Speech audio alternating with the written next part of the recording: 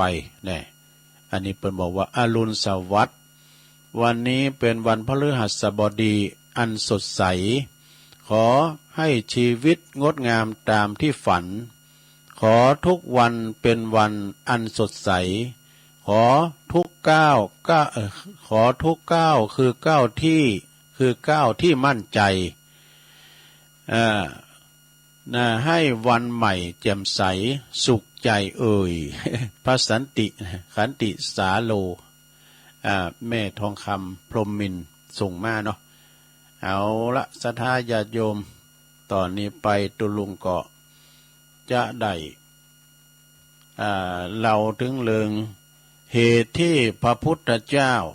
โพดบ่ได้มีหยังพองที่เปิ้นมีวาสนาต่อกันนั่นแหละศรัทธาอันโพดบ่ได้เนี่ยอย่างเฮามันเกิดพอละอ่อนนี่มันซ้อนอยากเนาะมันซ้อนถึงหมอกรรมไว้นะโอ้มันถึงซ้อนถึงหมออันไหนนะเนี่ยเหมือนกับคุณเฮามีทิฏฐิมานะสูงมีมานะถือโตแรงกะเปิ้นแบบฟังกรรมไผกรรมสังกาไผสอนก็ถึงได้ก็ถึงได้สอนไว้นะเพราะฉะนั้นก็ลองฟังพอนี่เนอะคติธรรมเรื่องพระพุทธเจ้าที่เปิ้นโพดบ่ได้4อย่างนะจะต่อโดยนิทานธรรมเรื่องพญานกยุงทองแล้วก็แปะขี้ปุ้ม แปะย้อมนะแกะย้อมแปะย้อมนะแล้วก็เพื่อน4อย่างคุณมีเพื่อนแล้วหรือยัง ก็ลองฟังไปเนาะศรัทธาเนาะเป็นคติธรรมเนาะบรรพุกตุลุงก็เสาะมาแถมพระพุทธเจ้าผลได้4อย่างมีหยังพองนะเหตุที่พระพุทธเจ้า4ประการที่พระพุทธเจ้าเนี่ยเปิ้นโปรดเปิ้นทำเห็นว่าใดเนี่ยมันยังล่ำเหลือเนี่ยแก้ไขถึงใดนะไอ้น่ะเหตุ4ประการที่พระพุทธเจ้าทำหรือว่าโปรดไม่ได้ถึงแม้พระตถาคตจะมีฤทธิ์มีอำนาจจะได้ก็ตามมากเพียงใดก็ตามแต่4ประการเนี่ยที่พระตถาคตไม่สามารถทำได้โปรดได้ก็มี1นะพระตถาคตหรือว่าพระพุทธเจ้าของเฮาเนี่ยบ่สามารถที่จะเปลี่ยนวิบากกรรมได้นะเปลี่ยนวิบากกรรมของไผได้ที่เพิ่นสร้างกรรมไว้น่ะคนนั้นต้องรับผลต้องรับเองบ่มีไผหับแทนเนี่ยกรรมไผกรรมมันนะศรัทธาญาติโยมทั้งหลายคุณเฮามันสร้างกรรมมาจะได้นะเอาพอแล้วบางคนในพิกลพิการพองกาทุพพลภาพพองกาเนี่ยมันกรรมไผกรรมมันบางคนเนี่ยนอนแลมเดินแลมปีเป็นหลายปีหลายแล้งติดต่างติดเต้งลูกก็มาโอ้ยแม่เอ้ยนี่แม่ก็ตุกมาหลายปีปีในอันข่อยคออันปินเต้นนี่แม่กรรมน้อยมันก็เปลี่ยนกันมาได้นะมันแล้วแต่กรรมไผกรรมมันศรัทธาญาติโยมบางคนนี่ร่ำรวยมหาศาลแต่ว่าร่างกายเนี่ยบ่อำนวยเนาะ3 วันดี4 วันไข้นะหมอก่อนนัดเนี่ยก็ชีวิตเขาก็บ่สมบูรณ์มีเงินมีคำก็ใจบ่ได้นะเนาะอันนี้เปลี่ยนแปลงกรรมวิบากไผของไผมันได้เด้อไผจะเต้นไผบ่ได้กรรมไผกรรมมันกรรมมุนาวัตติโลโกสัตว์โลกทั้งหลายยอมเปลี่ยนไปตามกรรมที่เพิ่นได้ทำไว้นะโอ้เพิ่นก็คุณกินคุณทานแต่นี้นะก็อย่าฮื้อแล้วเขาจะมาบุบมาขาเปิ้นอย่างนั้นก็เพราะว่ากรรมในอดีตชาติปางก่อน กรรมแต่ชาติปางก่อนเนี่ยอย่างนั้นอุบาสกคนหนึ่งนะไปนอนวัดแต่นี่นะไปนอนวัดกุศิลสุดวาสานะคนเฒ่าคนนี้นะปลอดใจมีอยู่หันวันหนึ่งออกไปทำกิจส่วนตัวตั้งนอกวัดนะปรากฏว่าเปิ้นไล่โจรมาว่ะไล่โจรไล่ขโมยกับโจรมันปีนปีกับน้องมันมาถึงหันมันโจรเนาะมันก็เอาเงินคำกำแก้ว เอามากองไว้ที่หันหน้าห้องน้ำคนเฒ่านั้นออกมาก็โอ้ไปเอาเงินคำกำแก้วนะปิ้นสอยปิ้นแหวนเนี่ยมาละวันนี้ล้ำเลยเนี่ยก็เดียวจะบานมาป้าใส่ปวดโธ่เพื่อว่าปู่ตัวนี้เนี่ยนาวายล้างหลอกหาว่ามาปฏิบัติธรรมจะดีเพื่อว่าขโมยเปิดเลยบุบตายหันมาดูแล้วก็เขาก็โจตนากันคุณเปิ้นกินเปิ้นตานเปิ้นเขาวัดแต่ยื้อไปบุบไปขาไปฆาตกรรมเปิ้นอย่างนาอาณาดาพุทโธนะ ไปบุบเปิ้นเจ้าว่าเปิ้นตายนี่นะเรื่องนี้ก็หูไปถึงพระพุทธเจ้าเขาขอไปเข้าเฝ้าพระพุทธเจ้าเปิ้นก็บอกว่าโอ้ดูก่อนพิสุในอดีตชาติตาปางก่อนชาติก่อนน่ะคุณเฒ่าคนนี้เคยเป็นเรียกว่าอย่างนายด่านเนี่ยนายด่านที่ผ่านไปถ้าเข้าบ้านออกเมืองเลยนะจะต้องผ่านเพื่อหาหมดผ่านเพื่อหาหมดมีอยู่หันวันนึงนะมันก็อันตะวันก่อนแรงแล้วเนาะมี2พ่อแม่ว่ะเปิ้นจะขอเข้าไปในบ้านในเมืองก่อนมันมีจุดตรวจเนาะจุดตรวจผ่านแล้วก็อันนายด่านเนี่ยก็หันมาโอ้มีเปิ้นก่องามแล้วก็อันมีอันเงินคำเกี่ยวมาตัวเอ้เปิ้นแล้วอุบายอันสู้เขาจะไปฟังปีกฟังป้อมเดี๋ยวนี้ขโมยขจรก่อนนักพักกันหนีเกินคืนนึงคืนนึงเกินดูแล้วพวกกินเขาง่ายเกี่ยวเราก้อยไปกะตกมามือคำยำคืนมา อันนายด่านนี่ก็คืออันลูกน้องเอาอย่างเป็นของที่มีกาที่สุดแก้วแว่นเส้นสิ่งนี้กันเนาะไปซุกไว้ที่เปิ้นท้องพ่อแม่เนี่ยมันรับไปนอนแล้วหรอต้มมัมเจ้าก็แต่งเอาไว้วายกับของหายกันเนาะไปเสาะไปคูนท่านไหนก่อมปะแล้วไปคูนสองพ่อแม่เนี่ยก็มาเอาซอนไว้แล้วนี่เนาะ โอ้เป็นมา2พ่อแม่เนี่ยนะยับโผเป็นไปขายว่ะแล้วก็เอาลันเมย์เป็นมาเป็นเมย์ว่ะเนี่ยแล้วก็เขาของเงินคำสัมปติก็เอาหมดเนี่ยมันนั่นนี่มันจาดเลี้ยวดูซะนะ นี่ก็เป็นนิทานในธรรมเหมือนกันนะซะนะตัวลุงก็เคยเล่าละฮันได้ยินครูบาอาจารย์ก็เคยเล่านะแล้วก็กลับมาแถมจาดหนึ่งเปิ้นมาเกิดเป็นคุณเนาะเกิดมาเป็นคุณแล้วก็ขึ้นมีเจตนาว่าไขมานอดวันรอนวายกะแต่กรรมนั่นมันตัวกูจาดหน่อยซะนะมันจะหายนี่นะเศษกรรมที่จาดแล้วตายเกิดมาแม้แต่พระโมคคัลลาน่ะเปิ้นปิ้นผู้ที่มีอิทธิฤทธิ์เนาะจบ10 พระคุณปุถุดำดินเนาะเหาะเหินเดินอากาศไปดับไฟหมอนะโคก็ได้ดูก็มีโจรมาปองไล่ล้อมกุฏิมา2 เตอ3 เตอข้างแรกหนีออกจากหูกระแจวดูข้างที่2หนีออกจากเพดานพกไล่โจร500ก็เยอะยังเพิ่มได้สักอย่าง แล้วเตอที่3กับเพิ่นก็มาลึกๆจาดมันพิกรรมเป็นเวรอย่างเฮาจ้าเป็นว่ามีหันจาดนึงเปิ้นได้บุบปอบุบแม่เปิ้นปอแม่เปิ้นตาบอดอย่างนั้นประมาณนั้นนะวันนี้เฮาจะไปเอาหาพี่น้องเลยป้อเด้อเอาใส่รอบผมก็อยู่กันมากแล้วอยู่กันมาไปถึงหาป้อที่หนาเนี่ยมันมีโจร500นะเขาเขียนมาอยู่หันมันมาป่นหันนะนั่นระวังไว้เด้อก็เดี๋ยวก่อนอยู่นี่กันเด้อเดี๋ยวลูกจะไปขอลาดเล่าก่อนแต่งเตียวไปแล้วก็เดี๋ยวปดโตแต่งมาเป็นเสือเอาว่าบุกเลยนะฆ่าไอ้ค่ะแต่บุบโขบุบเหล่ามาอย่างซื้ออย่างกันพกไล่จะป่นเนี่ยพ่อแม่ยังเป็นห่วงลูกนะเนื้อลูกเอ้ยหนีไปดูยังมีเจตนาลูกถ้าขาดตัวได้ แล้วเปิดก็อันมาบุบปอบุบแม่กันนะมาทำจานในขณะว่าเป็นอัครสาวกของพระพุทธเจ้ามาโดยฤทธิ์มาโดยอำนาจฤทธิอิทธิฤทธินะเปิดก็ยังโดนเศษกรรมหลายจัดเนาะหลายจัดโดนโจร500มาฆ่าจนตายนะข้อที่1เจ้าว่าเดียวกันเด้อข้อที่1พระพุทธเจ้าโปรดบ่ได้ก็คือพระตถาคตไม่สามารถเปลี่ยนแปลงวิบากกรรมได้ไผสั่งกรรมได้ไวก็ได้รับผลแห่งกรรมอันนั้นนะสดาญาโยมทั้งหลายมันมือหานิ้วมันถึงเต่ากันลูก4-5คูณเกิดคอกเดียวนะเกิดพ่อแม่เดียวกันมาหาคุณมันเนี่ยมาเหมือนกันสักคุณสถานะบ่าว่าอุปนิสัยต่างๆนะมันเหมือนกันดูบ่ไอ้เก้าก็ก็เยอะได้ก็เยอะเต้าเก่าน้ำป้อเล่งลูกเล่งเมย์ไหนล่ะกำลังแต่งงานนะขืนมาบมันก็เป็นแต่อันสั่งบุญกุศลกันไผมาได้จัดแล้วปังหลังนี่นะเนาะสดาเนาะตามในธรรมเพิ่นว่าอันเนาะ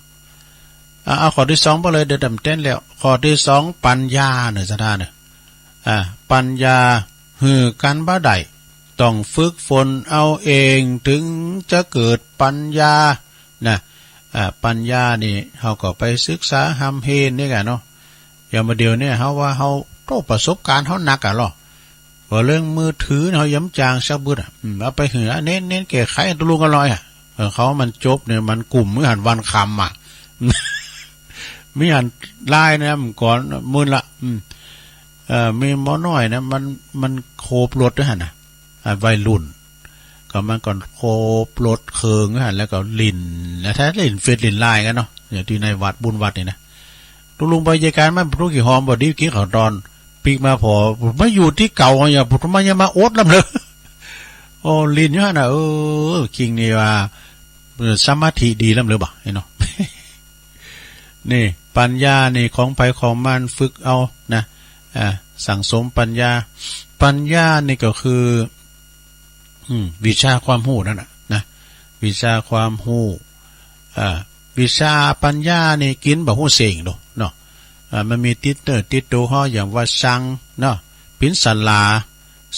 สังปูนสังไม้สังซ่อมสังก้นหยังต่างๆเนี่ยมันจะลืมนี่สังจักสังสารเนี่ยมันได้หมดดูสังวาดสังเขียนเนี่ยมันมีปัญญาแล้วมันถึงกันเงินคำกำเกี่ยวยังมีแล้วยังมดอยู่มีธนาคารยังไปเบิกมาอยู่เนี่ยแต่ว่าปัญญานี่ก็ปัญญานี้ให้กันบ่ได้นี่คือปัญญาภัยปัญญามารพระพุทธเจ้าบาสามารถที่ว่าจะมาโพดได้คือปัญญานะข้อที่3นะความสิวิไลของธรรมะก็บาสามารถที่จะสื่อตั้งภาษาใดบาสื่อตั้งภาษาใดความจริงแท้ในจักรวาลต้องใจปฏิภาณหนตั้งเดียวนี่ตอนนั้นเพื่อพิสูจน์ความจริงนี่อันนี้นะข้อที่3นะ ต่อไปนั้นแล้วก็ข้อที่4เด้อข้อที่4สุดท้ายคนที่บ่มีวาสนาตีดีกับพระตถาคตธรรมะจึงไม่สามารถเข้าถึงใจเขาได้นี่พระตถาคตจึงบ่โปรดเขาบ่ได้อย่างที่แม่อุ้ยเปิ้นไปเก็บหอยนะพระอานนท์ก็ว่าโอ้ขอพระพุทธเจ้าไปโปรดกำเตอนะไปโปรดคุณเฒ่าเนี่ยเปิ้นกำลังงมหอยอยู่พระพุทธเจ้าก็บอกว่าไปโปรดมันได้อันนี้มีวาสนาต่อการเด้ออานนท์เด้อดูก่อนอานนท์อันนี้ไม่มีวาสนาต่อการเราโปรดไม่ได้ลองหัวกำนะขอนิมนต์ขอปูชาเด้อนี่นะอันนั้นแต่ทำให้เจอได้แคลงใจหายแคลงใจนะพระพุทธเจ้าก็เลยไปดักอยู่ตั้งหน้าจะมาโปรดคุณเฒ่าเก็บหอย พระพุทธเจ้าดักอยู่ตั้งหน้าแล้วเปิ้นก็ฟังหวายบ้านน้ำตีนึงพระพุทธเจ้าก็ไปเกิดอยู่ตั้งหน้าแถมเปิ้นก็ฟังก็หวายบ้านน้ำตีจุนว่าพระพุทธเจ้าแถลงมาถึง4ด่านเปิ้นก็ย้ำเอานะเปิ้นก็ย้ำหับธรรมะของพระพุทธเจ้าอันนี้คือเปิ้นมีวาสนาต่อกันก็โพดกันบ่ได้นี่ศรัทธาเนาะโพดกันบ่ได้พอล้อสำเดินนะการกึดสร้างห่างแปลงหยังก็ตามแต่ปุตโตวิหารนี่แปลงมาจัดหลายตุนเด้อมันตึมแล้วมันลูกซะเตอมันแล้วครับอันตุเจ้าตุนนี่นะอันนี้เปิ้นจะกึดจะสร้างก่อนนี่ครูบาตุนได้หมู่เพิ่นว่านะอันเปิ้นจะกึดจะสร้างเนี่ยไผมาสร้างก็มลูกนะมันใจอันนี้มันใจเจ้าของที่จะมาสร้างเจ้าของที่จะมาสร้างเปิ้นมาถึงตื้อเพิ่มมาถึงหลายปีดีดักมาก็มีตุเจ้ามาคือสร้างขึ้นแล้วเนี่ยมันก็ไปตามกรรมครูบาเหมือนกันเด้ออันนี้ก็คือ4ประการที่พระพุทธเจ้าโปรดไม่ได้นะถึงแม้ว่าพระพุทธเจ้าเนี่ยจะมีอิทธิฤทธิ์ปานไหนเพียงใดก็ตามแต่4ประการนี้ถึงผลบ่ได้ทวนนำกรรมเนาะข้อที่1พระตถาคตไม่สามารถเปลี่ยนแปลงวิบากกรรมตีไผสร้างไว้กรรมไผกรรมมันคือเปลี่ยนแปลงกันบ่ได้2ปัญญาการบ่ได้ต้องฝึกฝนเอาเองถึงจะเกิดปัญญา3ความสิวิไลของธรรมะก็บ่สามารถสื่อทางภาษาใดความจริงแท้ในจักรวาลต้องใจปฏิภาณการปฏิบัติหนทางเดียวเท่านั้นจึงจะพิสูจน์ความจริงได้ข้อที่4คนที่บ บ่มีวาสนาต่อกันในพระตถาคตเปิ้นว่าบ่สามารถที่จะโผดได้นะแล้วคือว่ามันมีวาสนาต่อกันเนี่ยซะนะจบไปตอนนี้ไปตุลุงก็จะเอาพญานกยุงทองมาเล่าบอกกันได้ซะเด้อมาเล่าบอกเกินเขาแล้วนี่ก็แม่น้อยกาดนัดนี่เปิ้นเล่าละกรรมนะก็คล้ายๆกันนั่นเนาะนะซะนะดีตุลุงจะมาเล่าบอกโตหนังสือนี่ก็มึนนะแกเนอะมึนนะแกเรื่องของพญานกยุงทองนี่พญานกยุงทองที่เฮาสวดอุตเตตยานจักุมาเอกาลาจาลิสวานโนตังเดี๋ยวลองฟังกันนะอติเตกะเลดังได้ยินมาในกาลล่วงแล้วมานานแล้วอัตโขโพธิสัตโตพระโพธิสัตว์เจ้าเฮานี่บังเกิดมาเสวยประสาทเป็นนกเป็นสัตตลิสานก่อนเนาะคือว่านกนะเป็นพญานกยุงทองอาศัยอยู่ภูเขาเงินภูเขาทองในป่าหิมพานต์นี่พญานกยุงทองนั้นเนี่ยได้เจริญพระพุทธมนต์อยู่ทั้งกลางวันทั้งกลางคืนอยู่เป็นนิดนะเปิ้นสวดอันนี้กะโมหปริตหลงอุเตตยัญจกุมาเอกาลาจาลิสวรรณโนปาตาวิปาปาโสตังเปิ้นสวดถึงวันมันมี2ภาคดูโมลัตติงเยนั่นก็เป็นเมื่อคืนเนาะลัตติยานะเปิ้นมีตึงสวดอุเตนี่สวดตอนเจ้าอาเปสวดตอนบ่ายเอกะนะพญานกยุงทองมาบังเกิดขึ้นแล้วก็เจริญพระพุทธมนต์ในการสวดนะโมหปริตทั้งกลางวันทั้งกลางคืนอยู่เป็นนิดรักษาชีวิตสิ้นกาลนานถึง7ชั่วในพรานดูจะธรรมดานะลงในพรานใน7โชโคตกันนะในพรานจะมาจับก็ถึงบ่ได้นะเพราะว่าเนี่ยมันศักดิ์สิทธิ์ครับนะอุเตอเปเนี่ยเวลาแม่เขาเอาจะมีกินมีตานได้ไหนตุลุงสวดอุเตอเปเหรอนะวันเสาร์ทุกวันเสาร์นะลงสวดกล้ามในกลุ่ม7วันเนาะนะอุเตอเปเนี่ยครั้นมาถึงในพรานคุณที่8เนี่ยคุณที่7บ่นั้นได้สักคนพยับได้สักคนมาถึงคุณที่8นี่ในพรานคุณที่8นี่เพิ่นมีปัญญาเพิ่นมีปัญญาเที่ยวแสวงหาอย่างแสวงหานกยุงทองนกยุงตัวเมแน่นางนกยุงนะโอ้ตัวนี้มารอแล้วนี่ด่ะตอนนี้ตัวนี้มารอครั้นมาถึงแล้วขั้นใดมาแล้วก็มาฝึกหัดให้มันคับล่องลำทำกลมารยาตามความปรารถนาของตนนี่ขั้นฝึกหัดนกยุงนางนกยุงได้แล้วนายพรานก็เอานางนกยุงเนี่ยนะไปสู่ไก่ตีแห่งพระโพธิสัตว์เจ้าเนี่ยคือพญานกยุงทองนะแล้วก็พิจารณาว่าพระโพธิสัตว์เจ้าเนี่ยพญานกยุงทองเนี่ยจะหันหน้าไปทิศไหนจะมันสังเกตถึงปุ่นกันดูเพื่อจะวินหน้าไปทางใดนะครั้นหู้กำหนดดีแล้วบ่นะก็ปานนางนกยุงทองเนี่ยไปผูกไปมัดไว้เฉพาะทางเบื้องหน้าของพญานกยุงทองเนี่ยแล้วก็ลายล้อมไปโดยบ่วงดักสัตว์เนี่ยเป็นแห้วก้าเป็นบ่วงก้านะไว้ล้อมรอบบ่ดัดตึงหน้าตึงหลังเนี่ยนายพรานก็หือสัญญาหือแก่นางนกยุงหือขันเอาเลยขันเลยนกยุงมันขันจะหือโมนีเนาะตังสุตวาโพธิสัตโต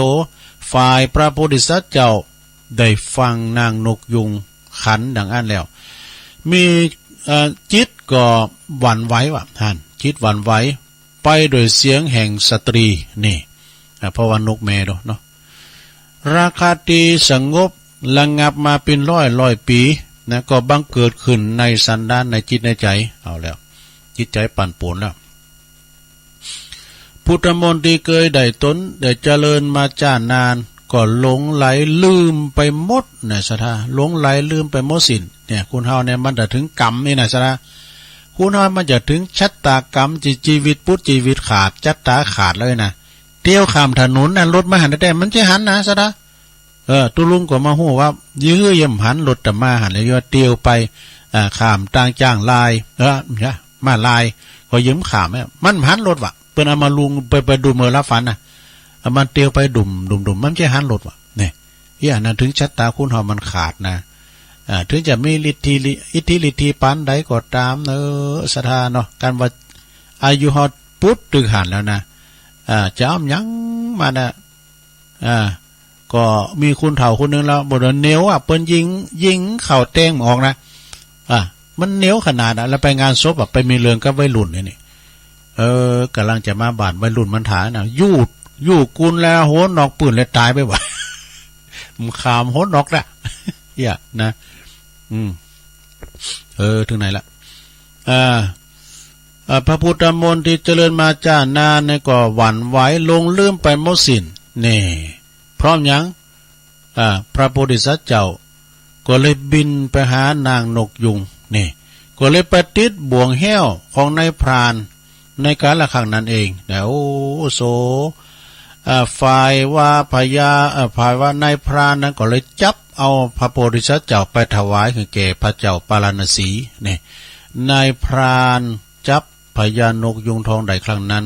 ก็อาศัยเสียงอิสตรีเนี่ยเสียงนกแม่นะเป็นตีทำลายจือเสียซึ่งอินทรีย์แห่งพระโพธิสัตว์เจ้านี่อันนี้ก็เอาให้ตีกันเนาะว่าความจริงมันมียาวอยู่อันนี้คือความเปลี่ยนไปเปลี่ยนมาของพญานกยุงทองนะศรัทธาญาติโยมทั้งหลายก็คือว่ามันมาเสี่งกับอันนกแม่นะเหมือนกับไอ้แฮมเลิงเหรอตีตุลุงเคยเล่าศรัทธาได้ยินเหรอคุณเฒ่านั้นก็พร้อมนะตึงลาก็พร้อมเปิ้นว่าชื่อว่าลากับชายยากจนนะจุกจนอันจะกันอยากแล้วก็ไปเกี่ยวหญ้าที่ไหนก็มีเปิ้นมีโซนมีล้อมโหล้อมห้าวกันหมดเนาะหญ้าก็มีคนที่มาเกี่ยวหญ้าขายว่ะมันก็เลยมีความคิดแผนมันนะแผนมันจะลึกคุณเฒ่านี่นะคุณเฒ่าที่เปิ้นยากจนนี่นะไปซื้ออันหนังสือว่ะมันในซื้อหนังสือ หนังสือที่เปิ้นรอก็ว่านะแต่หนังสือมันรออยู่เอามาคุมตัวล่านะลาโง่เอามาคุมตัวล่านะปุตตพออย่างเสือว่ะปุตตกรรมนั้นในเจ้าบ้านเจ้าจอมปินลาบปินนอนพระตึมลุงหอลุงเฮน่ะ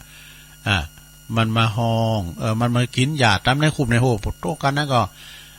ใจอยากจนนะก็ไปเอากล้วยไปก็เกี่ยวหญ้าไปตัวก็เกี่ยวในคุมในโหมันก็ได้หอยมะเขือบางได้พริกหนุ่มมันก็ไงเนาะปุตโตได้มากกว่าขายจะที่ว่าเป็นมังมีไปมั้งวะนะพวกเราไปโซนนั้นพวกเราไปโซนนั้นเนาะเขาล้อมโหดพายเจ้าบ้านมาดึมลุกมาเลยโกเสือกะเป็นมาเสือปลอมนี่ แล้วมีอยู่หันวันหนึ่งมันตายกับมันเมย์เนาะมันมีอันลาตัวเมย์มันห้องลาตัวเมย์มันห้องไอเสือปลอมนี่ก็ห้องตอบกันโหเสือห้องเป็นลาไอ้กันปุตโตเขาหู้ความจริงติดนี่ปุตโตไม่มีไปได้อยู่บ้านนั้นเฮินนั้นนะสถาปนไหลออกจากหมู่บ้านไปวะอันนี้ก็พินิทานเหมือนกันนะคนจริงมันยาวอยู่ตัวลุงเราข่าวๆนั่นนะอันนี้คือว่าเอาเปรียบเปิ้นเนาะเอาเปรียบคือว่าเอาหนังสือมาคุมลาของตัวเก่าลาก็ตุยไปวะก็ไม่ได้กินดีดูเพราะว่ามันได้กินในคุมในหูมันก่อนเนี่ยโอ้เป็นที่ไข่โคตรไข่เกศเอาปลูกก้อมน้ำใยนะเนาะเนาะปลูกก้อมน้ำใยแล้วก็ควายไปสีผมล้มใจจัดงามเนี่ยพอตายไปวะเพราะความมันจะใหญ่มากเนาะตอนนี้ไปก็ศรัทธาญาติโยมต่างหลายนะเปิลแท้ของเขามีไม่รู้เขาไม่เปิลแท้ก็เปิลกินหายอยากนะแต่เปิลตายนี่หาง่ายมั่นใจกะโอ้ว่าปีนไปนี่ตุลุงเปิลกินหาง่ายเปิลตายหายอยากแม่มีเปิลแท้ก็เปิลแท้ไม่รู้ไม่4ข้างนะเปิลจะจวยกันนะ1ยามจนเนี่ยเพื่อนแท้จะดูได้4ครั้งเนี่ยอันนี้ก็คือข้อหนึ่งยามจนเนี่ยยามเป็นเฮาทุกข์เฮาจนน่ะไฟใหม่ไต่ลามน้ำโทมทรัพย์สินพังทลายไกลน่ะเปิ้นจะจุยดูนะเฮาพอแล้วยามเฮาทุกข์เฮาจนน่ะมันจะมาช่วยเฮานะโอ้ไปวามหยังตุเจ้าไปในน่ะเพิ่นจะหือกำลังใจเอาโคหยังไปหมอบเวลาไฟใหม่ไต่ลามไกลน่ะ เพราะว่าตุลุงเขาว่าตุเจ้าพนายในเปิ้นได้รับตานย่าเป็นทั้งเลิงก้าเป็นขสบู่ย่าสีฟันก้ากะติก้าย่าเป่าหนุ่มพาโนมเอาไปหอมเปิ้นไฟใหม่เนี่ยเอาเปิ้นไฟใหม่แล้วก็เอาไปกองโกได้ไปมอของเจ้าของเฮือนน่ะเปิ้นสินเนื้อประดาโตลูกไฟใหม่7ตือนั่นน่ะอันโจรป่น7ตือเนี่ยมันเตาไฟใหม่ตัวเดียวมันใหม่ไปหมดโอ้ยแต่ว่าไฟใหม่ก็ยังเหลือแผ่นดินอยู่เนาะยามจนนี่ก็คือโดนไฟใหม่น้ำโทมทรัพย์สินพังทลายนี่เปิ้นจะจุยกันเนี่ยเปิ้นแต่นะเปิ้นละกัน2ยามเจ๊งนี่ยามเจ๊งคือตาวในหลงตาวในฮู้จักตาวก็แปลว่าล่มในก็แปลว่าละลายตาวล่มก็คือล้มละลายนี่อันนี้คำยองวรรณคำเนอะล้มละลายล่มก็คือตาวหนูอย่าแล่นนะอย่าแล่นนะอีแม่ผ้านะเดี๋ยวเต้าอูไทยก็มถอบไม่ใครอูไทยด้วยเบอร์เนี่ยล้มละลายหมดเนื้อหมดตัวนี่ก็จะจ่วยกันยามเจ๊งยามเจ๊งล้มละลายหมดเนื้อหมดตัวนี่ก็เพิ่นจะจ่วยหยุดกันเพิ่นมีเพื่อนแท้นะยามเจ็บเนี่ยข้อ3ยามเจ็บเนี่ยป่วยไข้ดูแลหันอกหันใจจ่วยเหลือตลอดเวลาเนี่ยยามเจ็บมันเจ็บมันป่วยไปหาห้องยาเรามันอยู่ห้องยาพุ่นน่ะยามเฒ่ามาปะกันที่ห้องยาไปผอไปใจมันคุณเฮานี่ยามเจ็บป่วยเมื่อยไข้มีลูกมีหลานมีเปิ้นป้องมีญาติพี่น้องมาหามันใจดีดูมันเป็นญาติติบอย่างนึงนะมีกำลังใจโอ้ยน่าเปงตาเปงแต่โอ้ยเนี่ยมันพวกถ้าได้ออกห้องยาน่ะมันใจดีอยู่ห้องยามันกายเนาะกินกับข้าวตุ่มเยาว่าไหวก็บ่ายี่น่ะมอนซอกตอกหันมาลายๆน่ะพด3วันนั่นก็ปุดโทใจตกเลยแหละกับนั้นหันมาลายแล้วบ่าก็ไปว่าเหมือนใจตกเลยเนาะนะมอนซอกตอกนี้หันมาลายน่ะพด3วันนั่นก็บ่าปุดโทใจตกเลยน่ะถึงแม้ว่าเปิ้นจะเจ็บป่วยเมื่อไข้แต่ตามหมอนซอกตอกก็ตามเด้อเฮาก็ไปคือกำลังใจน่ะเปงแต่กินข้าวหลายๆเด้อกินข้าวนานๆเด้อมัมนะเปิ้นกินข้าวหลายๆเปิ้นมีกำลังใจขึ้นมาเนาะยามเจ็บนี่นะสะดายามเจ็บยามปินเนี่ยไปหันใจดูแลกันนะเวลาลูกเต่ามาพอมาลูกเมมาพอก็จังญาติพี่น้องมาใจหาข้ามันมีกำลังใจขึ้นมาไผมันเจ็บปินหมู่แหละเนาะพองยำเคยเข้าห้องยุคห้องยามเด้อโตไปไข่หันน่ะห้องยุคห้องยามมันมีหันหมดครบวงจรนะตั้งแต่เกิดแก่เจ็บตายแม่หมดเนาะสุดท้ายยามจากนี่ปิ้นจะได้สะดายามหาวจับอับจนกันอยากคือมดลุ่มหายใจแล้วก็ทำบุญอุทิศส่วนบุญกุศลไปหานี่แหละคือเปิ้นแต่4ประการเนี่ยประเภทคุณมีเพื่อนแท้หรือยังนี่คุณมีเพื่อนแท้หรือยังเนี่ยข้อสุดท้ายในยามจากนะสถานเนาะจากกันยามเป็นย่อมเห็นน้ำใจจากกันยามตายต้องเห็นน้ำตาเนี่ยคุณนั้นมาลุ่มหายใจจากไปหมดเนาะอยากดีมีจนคุณรวยคุณบ่รวยไม่ช้าก็ม้ยมรณะคนดีคนบ้าไม่ช้าก็ตายเหมือนกันเนี่ยมีเพลงบทเพลงหนึ่งของสวงสันติเปิ้นว่าไว้โมนขนาดแหละเปิ้นว่าก็คนเนี่ยเปิ้นว่าคนเนี่ยกะทุกอย่างก็เลื่อนลายน่ะมันมีหันบทนะลืมไปละมันอย่างนี้ก็เขาจะเอามาขี่ลืมไม่ได้ซะนะเนาะตายไปหมดไผ่หมข้างแผ่นดินหลอดขาบไปไหนพองก็อายุมันยืนยาวเนี่ยอย่างคุณดังตายเนี่ยดังโทปถีนะอย่างคุณพ่อไวยพจน์เพชรสุพรรณเนี่ยเนาะอายุ79 ปีลงเนาะโอ้ตำนานเปิ้นห้องเพลงเป็น3,000 เพลงเปิ้นว่านะบางเพลงนี่เปิ้นยังจำบ่ได้เนี่ยเจ้าตุลุงก็เปิดสลับไปสารวันลำวงบองกาเนี่ยคนคือกันบองกาเนี่ยเพราะโมนเพลงเก่าเพิ่นนะตำนานของเพลงไวยพจน์ลาบวชเนาะ เอาเพลงนี้มันฟังได้เน่มเบิ่มกายเนาะแล้วก็เพลงแม่ทำนะเพลงแม่นี่ก็โมนเนี่ยเปิ้นมาห้องนะโตหักแม่ทำจัดหนักเนาะในขณะที่ว่าเปิ้นอายุ79แล้วก็หนุ่มนาเสียงเด็ดสอนเพชรสอนสุพรรณอันนี้ก็มาโดยการจากจังหวัดสุพรรณบุรีเนี่ยอันนี้73มั้ยกะ73 74เนี่ยนะโอ้อันนี้ก็โอ้นักร้องในดวงใจเนอะมันในนางก่อนสมัยเลี้ยงควายมาละโอซุมาเด้อเพลงเปิ้นโมนเนาะเป็นเอกลักษณ์ของเปิ้นแต่นะสอนเพชรสอนสุพรรณเนี่ยน่ะเสียงเปิ้นในเสียงน้อยแล้วก็เจ้าของผลงานเพลงมอเตอร์ไซค์ทำหล่น ข้าวไม่มีขายหมดนี่นะเอาจบลงไปศรัทธาญาติโยมทั้งหลายเราลืมเก่าพองนิทานพองเกี่ยวกับนกยุงทองเกี่ยวกับแปะขี้ปุ่ม มันจะแปะเลลาเนาะจบลงไปเนอะศรัทธาก็มาเล่าสู่จู้กันฟัง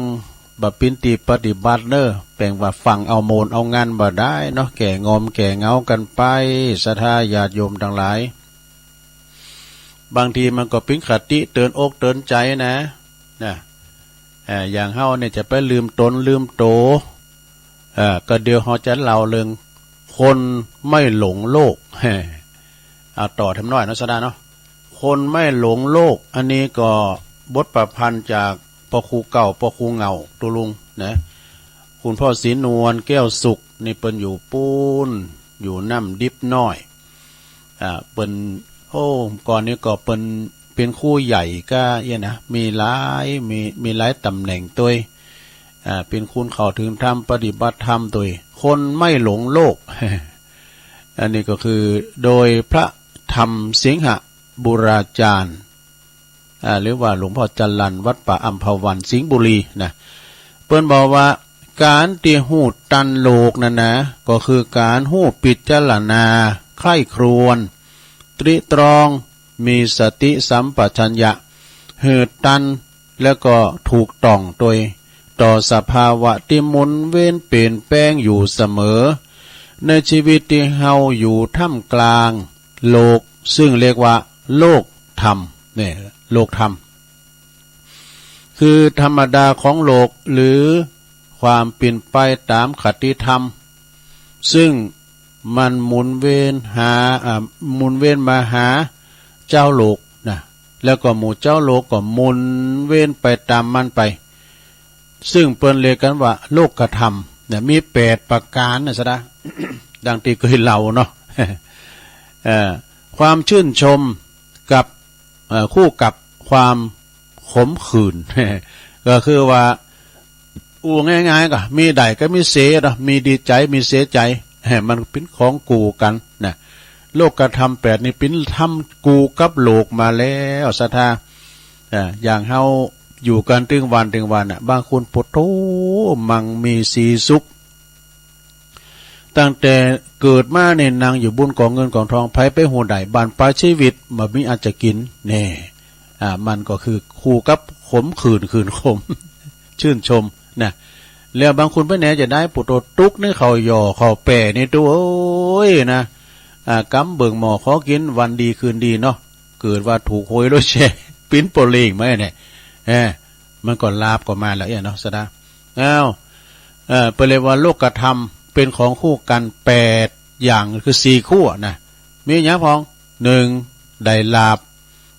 บมาแล้วก็เสริมลาบนี่มีลาบแล้วก็เสริมลาบ2มียศถาบรรดาศักดิ์เป็นผู้รักผู้ใหญ่นะสักวันหนึ่งเฮาปลดเกษียณยศถาบรรดาศักดิ์ก็หายไปก็เลยเสริมลาบนะแล้วก็3 มีสรรเสริญโอ้ยเปิ้นชื่นชมยินดีเปิ้นซักเสริญเยินยอนี่เปิ้น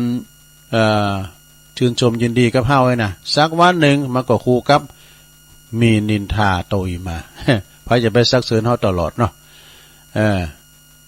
แล้วก็สุดท้ายข้อที่4ก็ได้สุขแล้วก็มันคู่กับมีตุกตุยนี่นะ อันนี้ก็คือเขาจะไปสุขตลอดไปมันมีแล้วนะมีสุขมีตุกมันของกูกันเรียกว่าโลกธรรมทั้ง8โลกธรรมทั้ง8นี่มันก็อยู่กูกับโลกนะมียศเสริมยศมีลาภเสริมลาภมีสรรเสริญมีนินทาแล้วก็มีสุขแล้วก็มีตุกเนอสดาคูกับโลกนะก็ต้องขอบคุณปอบพยาหนังสือพยาที่ได้รับความเมตตาอนุเคราะห์จากปครูศรีนวลแก้วสุขนะนำดิบน้อยนะส่งเข้ามาตุลุงก็จะมาอ่านไปเป็นวันเนี่ยนะเนาะเอานี่ดำก้ามหนึ่งแน่สดา ฟังนะจำให้ดีโดอันนี้เป็นกำพังเพยกำเปรียบเทียบกำเหมือนเนี่ยนะสดาเนาะเปิ้นสุมาเนี่ยหมาดีไม่จะไม่ลืมนายหมานี่มันเป็นสัตว์ที่อยู่ไกลมนุษย์ที่สุดนะมันซื่อสัตย์ไม่ว่ามันไผให้ข้าวปลาอาหารมันก็จะได้จงหลักภักดีนะอย่างว่าตัวลุงนะซื่อๆนะแมลงไม้เนาะตั้งแต่ตัวลุงพอนะม้าหมดนี่มันนั่งแล้วก็พอว่าตั้งลุมดอยบ่ไก่ที่จะสวดมนต์นะก็เดี๋ยวมาละขี่รถเครื่องมาละกูนี่เปิ้นพิ้นโผกับเมนะเปิ้นอยู่ห้วยทั้งนี่นะโอ้เปิ้นหักสัตว์มาดกูแรงเด้อเอาอาหารเม็ดมาให้มันนะกันมาได้ยินเสียงมันจำพระรถบ่นะมันเหงหูฟังกันรถมันบึ้งขึ้นมาบนดอยโอ้แม่หลายนะแล้วดิกหางล่ะล้อมหน้าล้อมหลังรถประดับตำแหละรถเครื่องนะโอ้เอี้ยนะสะทามันเคยยามได้กินกับไผน่ะอย่างตัวลุงเนี่ยตัวลุงก็เก้อเข้ามาในถึงวันแหละนะสับเตอก็โหปลาทูมันกินพอมันจะกินได้นะเข้าได้มันก่อนเนี่ยบ่ทูมาเมืองเขาเนาะถ้ากินเข้าง่ายแล้วเอาเข้าไม้นานเนี่ยแม่บอกนะงกเข้ามาเนี่ยมันกาบไปแล้วกาบไปก็มากินตั้งรุมกินมากินเข้าได้เนี่ยนะแล้วคาบเดียวได้เด้อครับเดียวนะแต่บ่ต้องบาดเดียวเนี่ยบ่ต้องการห้ำเอาหยังใส่นะสับเตอตัวลุงไปหับตาเนี่ยนะโอ้ยหันไก่ทอด หันไก่ทอดบนมันเลือไข่คอไม่เนอะเนาะแต่เขาจะวายเขาบอกเอาน้ำจิ้มก่อน ก็คือว่าจะมาเหือนสุนัขะน้องม้าขนาดกันเอาไก่ย่างหาดาวก็ดูก้ามอย่างไรนะเอายำมาโซ่ก็เขาหนึ่งเขาเนี่ยโอ้กินจะดีแล้วบับ หมาดีไม่ลืมนายเนี่ย3 ปีมีลืมเจ้าเนอะหมานี่นะ3 ปีมีลืมเจ้านะวัวดีจะไม่ลืมตีนนี่คนเฮาเป็นเปรียบเป็นนะแต่ว่าคนใดได้ว่าเคยตุกยากผ่าเคยตกตุกได้ยามาแล้วก็ปินดีมีกินกำรูนี่นะแล้วก็ลืมเก่าลืมล้างมดผมเคยว่าก่อนนี้ตุกเขาหยอกขอแปมกึดเนี่ยเพิ่นเรียกว่าวัวลืมตีน เป็นวัวอย่าลืมตีนนะแล้วก็ทำกรรมคนดีจะไม่ลืมคุณเนี่ยไผหูบุญหูกุลกับเฮาเป็นบุญเป็นกุลกับเฮานะจะไปลืมกุลเพิ่นนะกุลเดเปเกินอุปถัมภ์อุปถาเคยดูแลพ่อก้อยนึกถึงบุญกุลของเพิ่น จะไปลืมกุลคุณดีนะลืมบุญลืมกุลนะแม่แต่สัตว์แม่แต่ว่าต้นไม้นะการเฮาไปพักหุมไม้ตุนได้นะจะไปหักกิ่งไม้นั้นมาลบนางพินาศขาดกันถ่ายอย่างนี้นะหมายความว่าเฮาลืมกุลลืมบุญอันนี้ท่านมหากามลโชติปัญโยท่านเจ้าคุณศรีธรรมนิเทศเพิ่นบอกว่าเอาลืมบุญลืมกุลลืมบ่ได้นะแม้แต่ว่าเฮาไปพักค้มต้นไม้ใดต้นใดนะเฮาหักกิ่งมันมาลบนั่งอันนี้ก็หรือว่าอักตัญญูบ่ฮู้กุล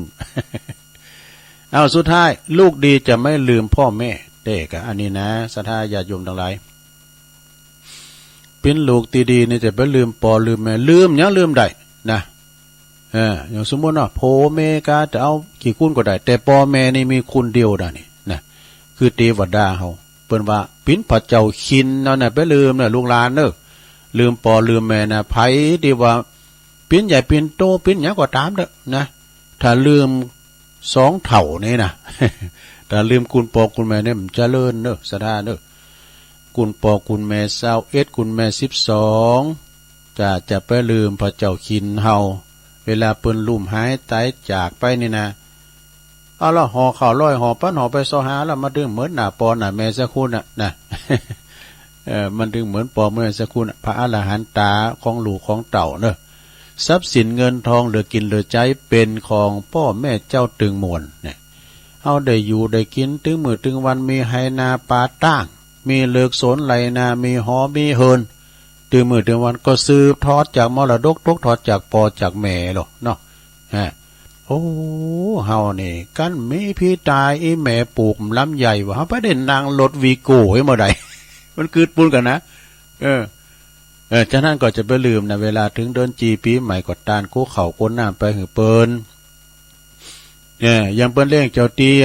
ปีไหนเปิ้นเล่งเตืองโดนกะเจ้าตีโซนเนี่ยนะเจ้าตีไฮเจ้าตีนาเปิ้นมีโล เปิ้นเล่งหมดอะเล่งเจ้าตีโซนเจ้าตีไฮเจ้าตีนาตานกู้เข่าหือปอหือแม่นะอย่างว่านั้นปีนี้ไข่โหได้ ไปยาโจมเมืองนี่ท่านนะก็ไข่อันไปหันพระสุกนี่ก่อนนี่กะพระสุกนี่ก่อนนี่เขาอยู่กันอย่างได้เจ้าบ้านเจ้าเมืองเนี่ยจะไปสำรวจตัวต้าดูเหรอปลอมตัวเป็นคุณบาทติวไปติวสันทีไปนอนแฮมแกมือไปกะไปเขาเขาอยู่เขากินกันอย่างอี้แล้วบางพองก่อนรับตั้งแต่เจ้าบางพองก็ปืดวิทยุฟังอยู่บางพองก็จุกันปิ้นหมูบางพองก็ซูมไฟหึงหนาวกันนี่กะไปเข้าไปป้าใส่นักเลงเหล่า นักเลงสุราเอากินกันหายนี่เขาหมูจ้าพญาเจ้าเมืองด้วย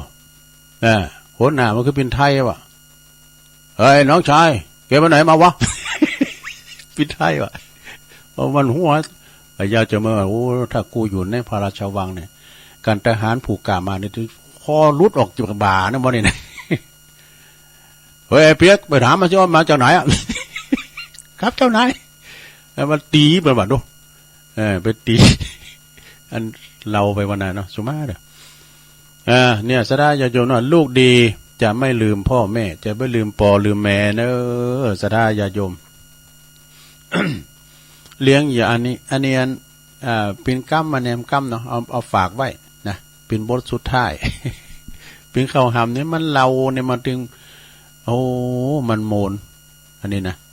เป็นข้าวหำเลยนะเปิ้นว่าปอแม่ในสำเตินเนี่ยก็ถ่าลูกเมื่อเดี๋ยวนี้เปิ้นว่าเฮ้ยก็แม่โง่จะลูกกินนุ่มลูกก็หมายความว่าเนี่ยปอแม่เนี่ยมีเงินมีทองคอเงินกับปอกับลูกกับเต่าแต่ว่าก็คือเศร้าหรอ เนี่ยสนาญาโยมเนาะบางคนก็มันนะบางคนปุถโธนึกถึงกุลปอกุลแม่เปิ้นลุ่มหายแต่จากอย่างตุลุงวานะกันเนาะจากกันยามเป็นย่อมเห็นน้ำตาน้ำใจจากกันยามตายย่อมเห็นน้ำตา ตานโคเข่าหือปอหือแม่ติ๊กนึกถึงกุลปอกุลแม่ที่เปิ้นละสมบัติมรดกตกทอดไว้บางคนในปอแม่ตายกินขวางบุขวางบะ เวลาปอแม่ตายละปิ้นบ่หอยน้อยจาไปหมดศรัทธาญาติโยมทั้งหลายบางคนก็ลืมปอลืมแม่นะลืมปอลืมแม่เนี่ยเปิ้นว่า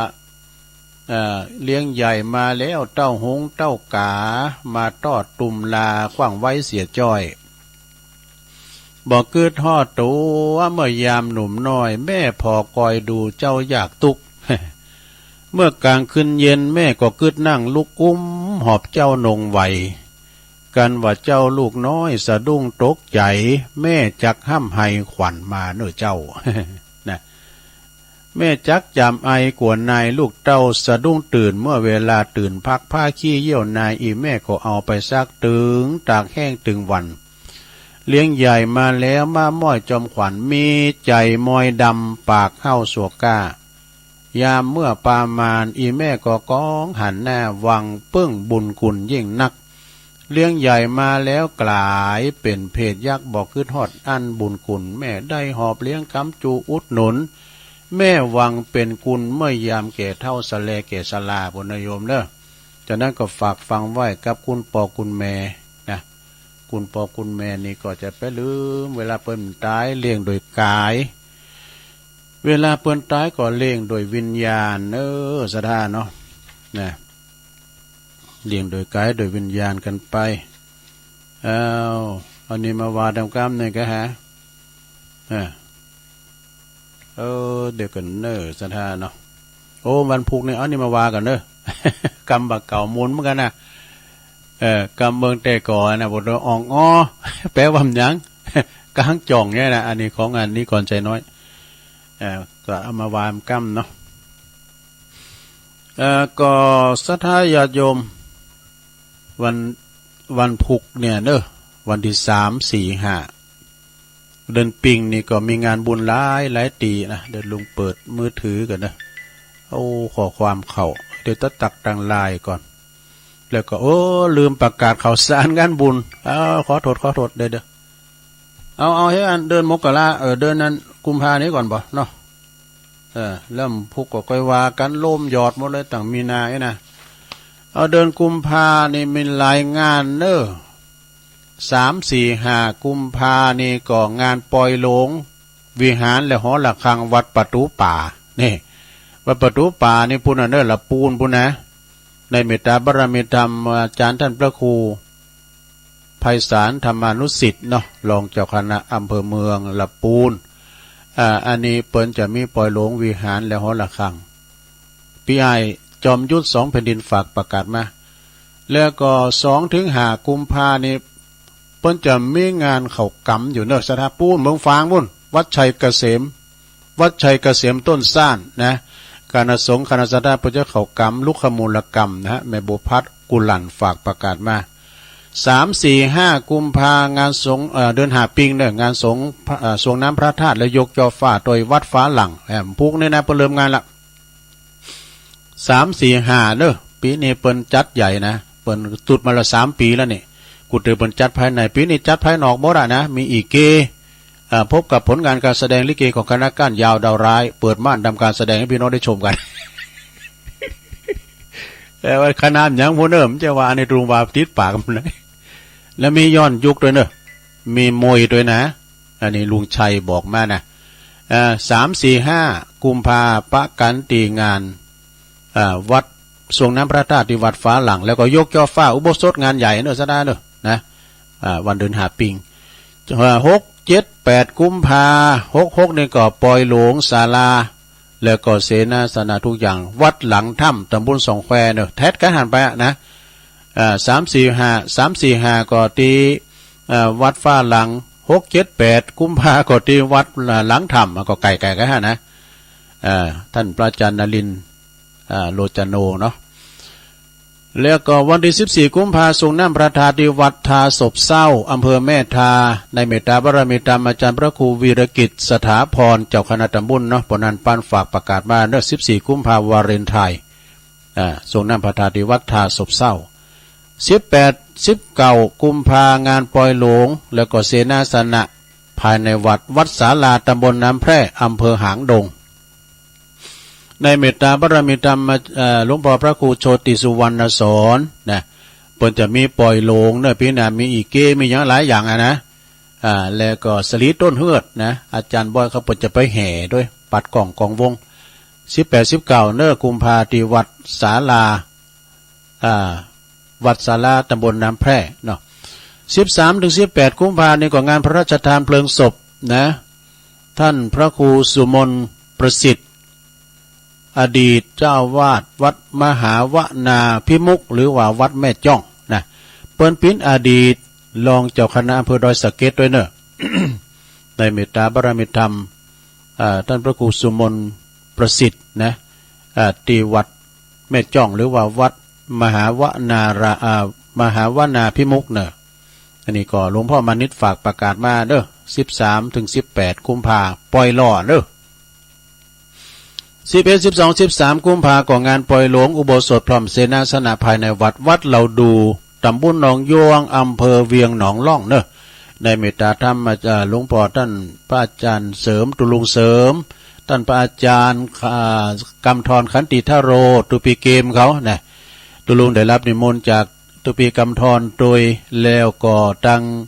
พระอาจารย์พระประหลัดศิวนัทเมธีปโชโตนะตุลุงไปช่วยกันเนอะท่านพระอาจารย์ตั้งอาจารย์บุญเพลินยาวิชัยก็จะมาโดยเปิ้นตัดไว้รุ่นในวันที่13เนอะวันที่12 11ก็เป็นวันตาลนะ12ก็วันพุทธาภิเษก13วันตัดไว้ลูกนิมิตผูกพระสีมาที่วัดเหล่าดูเนอะประลงเดินเขาเนาะ 13-14 กุมภาในก่องานประจำปีส่งน้ำพระธาตุที่วัดป่าต้องคันธารามตำบลท่าตุ้มอำเภอป่าสร้างในเมตตาบารมีธรรมอาจารย์พระครูสุคนทศีลวิมลเจ้าคณะตำบลท่าตุ้มเจ้าอาวาสวัดป่าต้องคันธารามตุปีนันลงวรธรรมโมเนี่ยแล้วก็ตุปีสังวานเขาเนี่ยก็ที่วัดป่าต้องในวันที่13ในเปิ้นทักษิณานุปทานเนื้อตอนแรงมาเมื่อคืนเปิ้นมีแข่งวาวไฟด้วยโคมไฟ แข่งวาวไฟปีนั้นเปิ้นก็แข่งเตอนึงนะอันอาจารย์สำราญนักชุ่มไปเป็นพิธีกรโอ้โมนบทโตเลือกันบทเตียงไปแล้วก็วันที่14นี่เป็นวันงานเนี่ยมีทรงน้ำพระธาตุโดยที่วัดป่าตองนะกลางวีกลางวันเปิ้นก็จะมีซอโดยแล้วก็กลางคืนนะพบกับย้อนยุคยอดฮิตมิสเตอร์เจนี่ เอางานต่อไป18-19 กุมภาพันธ์นะฮะปล่อยหลวงหอไตรที่วัดดอนโลงเนอะดอนหลวงในตำบลแม่แรงอำเภอป่าสร้างเนอะนะก็ไปโลมทำบุญตานกันเนอะเปิ้นตานจะหลองหอไตรหอธรรมนะที่วัดดอนหลวงวัดแม่น้อยกาดนัดเขานะแล้วก็8-12 กุมภางานพระราชทานเพลิงศพท่านพระครูปัญญาธิมุตหรือวัดตุลุงเป่งเนอะวัดหนองจางนะอดีตเจ้าวัดหนองจางเนอะในวันที่8นั้นก็ได้อาราธนาสรีระลางอะไรดวงวิญญาณของตันคูบาตุลุงเป่งนะเขาไปสู่ขึ้นนอนบนปราสาทไม้นกฮัสดีลิงนะแล้วก็จะทำบุญกันไปกูคืนเนอะมีเทศมีสวดพระพิธรรมทุกคืนแล้วก็เปิดโอกาสถึงสถาได้ปูจ้าผ่าบางสุขุนก็ดีไม่โลไม่เงินโลไม่คำก็ดีนะไปทำบุญกันไปจะไปเปิดห้องทานก้าเนี่ยไปปิ้นจักภาพกันเทศกันทำสังฆทานก็เจอในเนอะ8-12 กุมภาที่วัดหนองจางงานพระราชทานออกเมนพระราชทานเพลิงศพท่านพระครูปัญญาธิมุตตุลุงเป่งเนอะ9-10นะ90 กุมภาในเดือนกุมภาพันธ์ทางนั้นนะพุกจะเอามีนามาเข้าตัววันที่10 กุมภานี่ก็งานทรงน้ำพระธาตุกูคูบาหลายอย่างด้วยพระครูประพัฒน์ด้วยวัดเสียนสันเจดีริมปิงเนอะหนองปลาสวายนะเปิ้นก็จะมีวันที่10 กุมภาเนอะบ้านปนันค่ำกันปนันค่ำเป็นจานด้วยก่อนนี่ตุปินลัดดูเปิ้นปิ้นตุโลงอยู่นี่เปิ้นปิ้นอันตุเจ้าก่อนนี้เปิ้นก็จะโทรมาหาลุงมานะลุงมาช่วยกันเด้อเนี่ยเดี๋ยวเปิ้นซื้อหาลาเพจไปให้แล้ว เปิ้นไปเป็นฆราวาสญาติโยมก็เลยประกาศเนี่ยเนอะ9ก็ดี10ก็ดีกุมภาพันธ์เนื้องานส่งน้ำพระธาตุเจดีย์กูคูบาเขาด้วยวัดสันเจดีย์ริมปิงส่งวันที่10นะก็ตอนแรกก็มีทักษิณานุปทานแล้วก็วันที่10นะก็เจริญพุทธมนต์โดยที่วัดหนองปลาสวาย25-26 กุมภานี่ก็มีเนอะอันนี้ก็งานทำบุญตานผ่าป่าโดยยกช่อฟ้าพระธาตุเจดีย์อินแขวนจำลองแล้วก็ตอดผ่าป่าโดยที่วัดกู่แก้วนาคราชหลายปิ้งนี่นะอำเภอป่าสร้างนี่ท่านพระอธิการวีรชัยอิทธิตาลีนะตุครูบาวันเขาเนี่ยก็ระวางวัดบ้านนั้นประหลงมันนบขันนาแลเขานะวังสวนกล้วยแล้วก็ประหลงนิกรทำปวนท่าไม้2 บ้านกันด้วยมีวัดเดียวนะเป็นงานใหญ่เนอะเพิ่นจะมีการยกยอฟ้ายกยอดชัดพระธาตุเจดีย์จำลองเนาะพระธาตุเจดีย์ที่วัดกู่แก้วเนอะวันที่25-26นะแล้วก็วันที่6 กุมภาพันธ์กำซะนะ6 กุมภาพันธ์66นี่ก็งานครบรอบ13 ปีของครูบาเจ้าดวงดีสุภัทโทวัดท่าจำปีเนอะอำเภอสันป่าตองนะวันที่6 กุมภาพันธ์สถาพุงบันฮือเนี่ยนะ6 กุมภาพันธ์ก็คือหมายความวันจันทร์กันเนาะวันที่6เนาะวันจันทร์งานครบรอบเนี่ยทำบุญครบรอบ13 ปีครูบาดวงดีนี่เปิ้นละสังขารไปได้13 ปีเปิ้นย้ำพระราชทานด้วยนะโยมนะฉะนั้นก็ไปโลมทำบุญตานหาเปิ้นเนี่ยครบรอบ13 ปีที่วัดท่าจำปีนะอำเภอสันป่าตองแถมงานหนึ่ง23 กุมภาพันธ์นี่ก็งานปอยหลวง เสนาสนะภายในวัดวังสิงห์คำนะตำบลป่าเดชครูบาในวังเนอะหลวงพ่อพระครูวิสิทธิ์ศรีลาภรณ์ที่เปิ้นตีเขาฟังมนโมน่ะซะนะ ก็แต่สายบุญก่อปากันไปเนอสายบุญสายธรรมเนาะเพิ่นจะปล่อยโหลงนะที่วัดวังสิงห์คำวันที่23กุมภาเนาะที่วัดคำแมทเขานี่เพิ่นก็มีนะแต่ตุลุงลืมไปแล้วก็วันใดมุนะท่านมหาเพิ่นประกาศอยู่นะนี่ก็เป็นข่าวสารงานบุญเฉพาะเดือนกุมภาพันธ์นะวันพรุ่งนี้ก็จะเอาเดือนมีนามาด้วยเนาะแม่ต่อมค่ำเนอะแม่ต่อมค่ำอยู่ปัดสร้างน้อยทักเข้ามาทางไลน์โอ้ยแม่วันดีเขาสบายดีเนาะสุวรรณล้อมปนนั้นเขาบุญส่งก็ตักมาทางไลน์กลุ่มคลื่นสีขาว139ด้วยเนาะผู้ที่ทำคนเดิมไหวสาบารมีธรรมเนอะในเมตตาธรรมหลวงพ่อรองเจ้าคณะบดีวัดแม่ตื่นท่านพระครูพุทธิธรรมสุนทรนะครับเนอะไหวสาชมรมสกาย83นะฮะแม่หลวงสายฝนจันกุณาพี่น้องหลายปิงนะน้องผ่าขาวเนอะแม่สีโนนสีโจมสันตุ่นโมงเพิ่นมีปล่อยโลงก็สันตุ่นโมงมาไม่อายเพิ่นเนอะบรรจงการทวงปีอายใต้โหนะนำดิบเนอเนอไหวสาเนอตุลุงนะมาแล้วคลองแต้เดี๋ยวยินดี โยมเกษินีตัวเนอะ แล้วก็พี่น้องทางโบกก้างโดยนะประยงเนี่ยประยงสาธุสาธุแม่ครูทองคำที่วงคำตัวเนอเปิ้นอยู่อันปุ้นสีโบบานนะเสาหินสีโบบานปุ่นนะดอยติปุ่นนะกำไผ่กำมันเนาะตัวลุงถูกต้อง กำไผ่กำมันนะเนาะตัวลุงก็กำไม้มาทั้งมุมเจ้าแม่น้องเนอะเจริญพรได้แม่น้องนะแล้วก็แม่ทองคำพรหมมิน กราบไหว้สาธุลุงเจ้าฟังอยู่โอ้น่านฟ้าเรดิโอคุณลูกในลานปันดอนตองเจ้าของสถานีเนอะน่านฟ้าเรดิโอนะแม่ครูยากศนตัวเนอเจริญปอนเนอแล้วก็โยมยุพินหอมอาลาพี่น้อยอันนี้เปิ้นอยู่แม่โยกเนอในกลางเวียงเชียงใหม่สาธุสาธุฟังอยู่เจ้าแม่แดงอัมพรบุญมาปะเนี่ยแม่แดงอัมพรนี่นะอยู่เต็นดอกไม้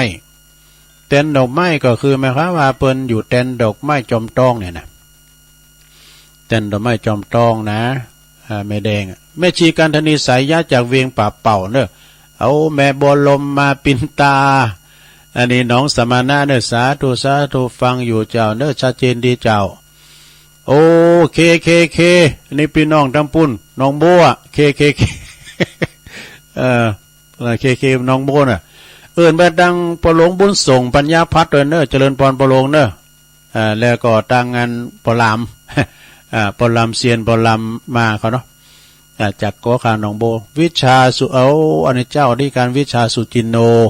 เจ้าคณะตำบุญมงน้อยเจ้าวัดปัตตานนะเปิ้นพินพระครูเนอะป้ายแดงแม่สุทัศน์ดีมูลจากปุ้นน้องหาน้ำบ่อหลงปุ่นนะอย่าฟังอยู่เจ้าโยมผ่องสีแก้วฟันฟังอยู่จากปูนสันกำแพงนะอำเภอสันกำแพงนะเอาละตักตังลายปิ้นตีเรียบร้อยตอนนี้ไปนะเปลี่ยนบรรยากาศนะลงเนอะตัวลุงจะเปิดสายนะพอสถาฟังกันอยู่ก่อยนะโทรมาที่0899556506ก็โทรกันเข้ามาเจริญปอนครับหลวงพ่อกฤษเนาะ เย็นนี้อาจารย์อากาศมันไม่ค่อยหนาวอ่ะหลวงพ่อที่บ้านอาจารย์ไม่หนาวเลยผมภาคกลางนอนเย็นนะทางโน้นนี่มันใกล้ดอยนั่นก็หนาวหน่อยนะใกล้เขารอบๆเหมือนกัน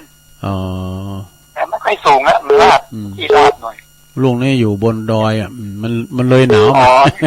ผมอยู่ข้างล่างแต่ว่ามันก็เขารอบๆครับต้องเย็นๆนะเนาะครับผมเดี๋ยวจะออกปอดแล้วไหว้สาครับผมหลวงพ่อครับหลวงพ่อกฤษเนอร์เปิ้นอยู่ปุ้นปางโมพุทธญาณอุปังโมเจริญปอนจากไรสาจ้าตะลุงอันนี้หนองบัวชัยประการแม่สีทอนกันเนี่ยเจ้าหนองบัวที่ฟังตะลุงตั้งแต่เริ่มต้นเริ่มแรกเลยจ้ะดีกับฟังจากอันพระบาทในดวงดีอนุโมทนาสาธุ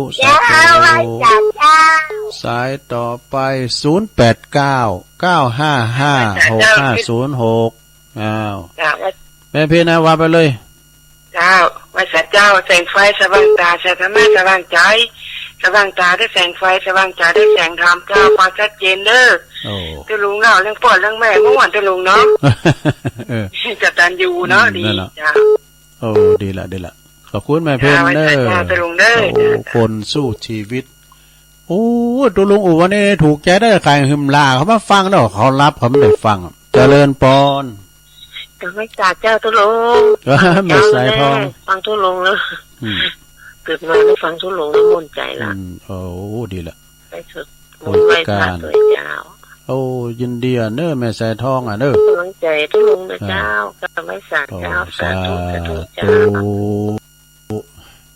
0899555656ฟังลงฟังอาจารย์พระครูอภิวัฒนวิกรมนะโอ้ยเปิ้นในเราหมดเนาะถูกใจแท้ๆตั้งแต่ขึ้นแรงกล้ามเนี่ยเจริญปอน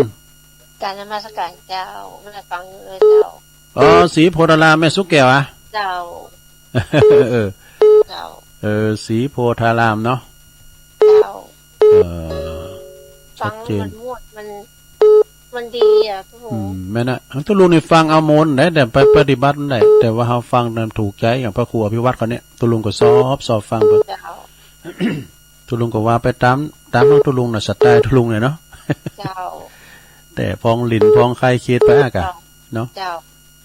ยินดีแม่สุกเกี่ยวหลายๆเนอะสาโอ้ขอบคุณหลาย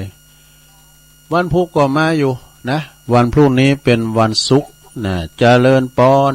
ภาษาเจ้าตุลงนานแม่อุ้ยอินเนาะโอ้ยฟังนานติดขนาดเลยตุลงแม่สาวเจ้าไปกับชื่อเจ้าเนี่ยแม่สาวกดติดอ่ะวันกำลังเจ้าตุลงอยู่ได้เจ้าขอบคุณอุ้ยอินเด้อจ้าสาธุเจ้า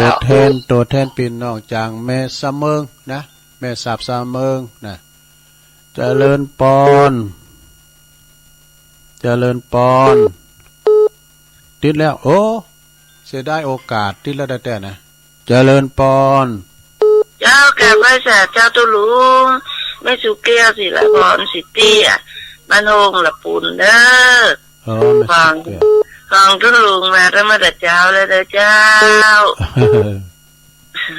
เจ้าเพิ่นฟังกันนักกันไงนะเจ้าตุลุงแต่ก็344นี่นะฟังหมดเด้อเจ้าสีสันเมืองด้วยสีสันเมืองด้วยเจ้าแก่ก้อยจ่าเด้อเจริญปอนสีลาพรสียังมีหลายสีเด้อเอาก็แถมสีแสนเมืองเนี่ยเอากับนั้นวิวัฒน์ปัญโยยอดเขาเนาะเจริญปอนเอาเลยแก่เจ้าทุลุงอ๋อไม่ลง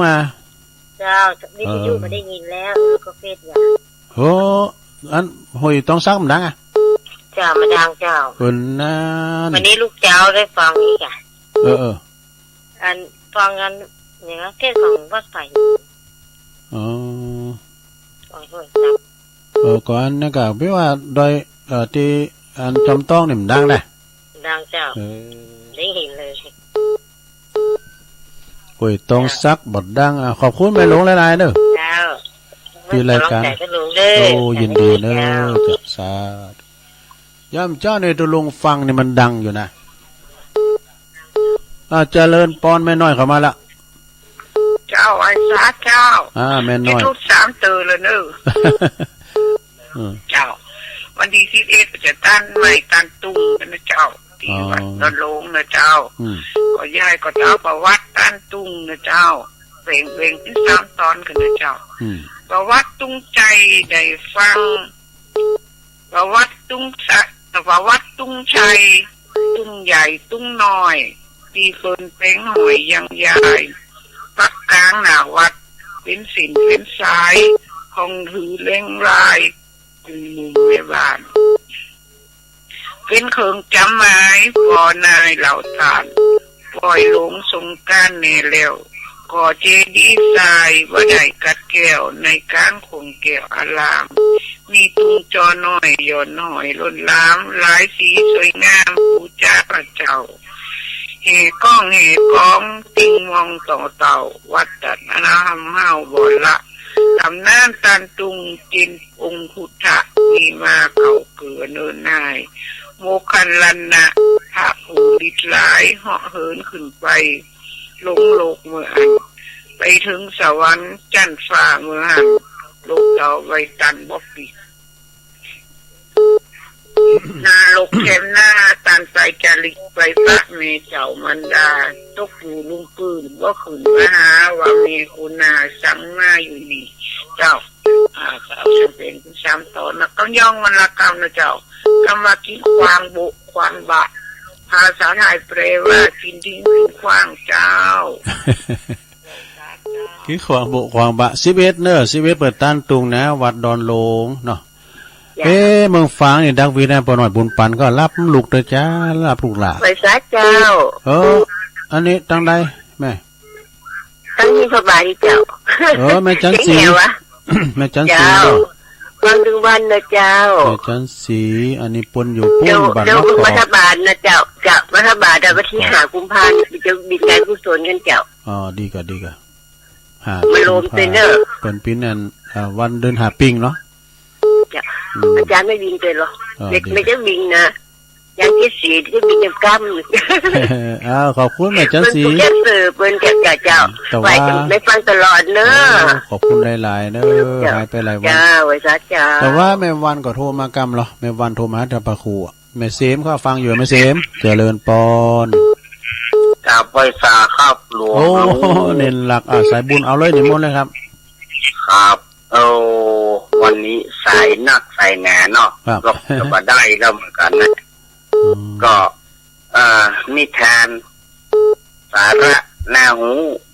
ครับก็ถือว่าคนเฮานี่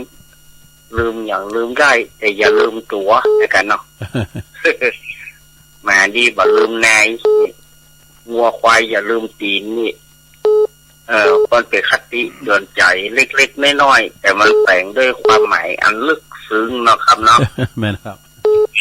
ครับแล้วก็ม่วนนะวันนี้ก็ฟังอยู่ก็เป็นกำลังใจเสมอนะครับขอบคุณในหลักหลายๆเนอะครับผมสาธุครับผมครับอันนี้ก็การหนานี่เปิ้นมาแล้วเนอะการแล้วเนี่ยเปิ้นติดงานเขาดำเลยเจริญปอนเจ้าเจริญมึงฟังมาแล้วแม่จันสีเจ้าแม่จันสีสุขา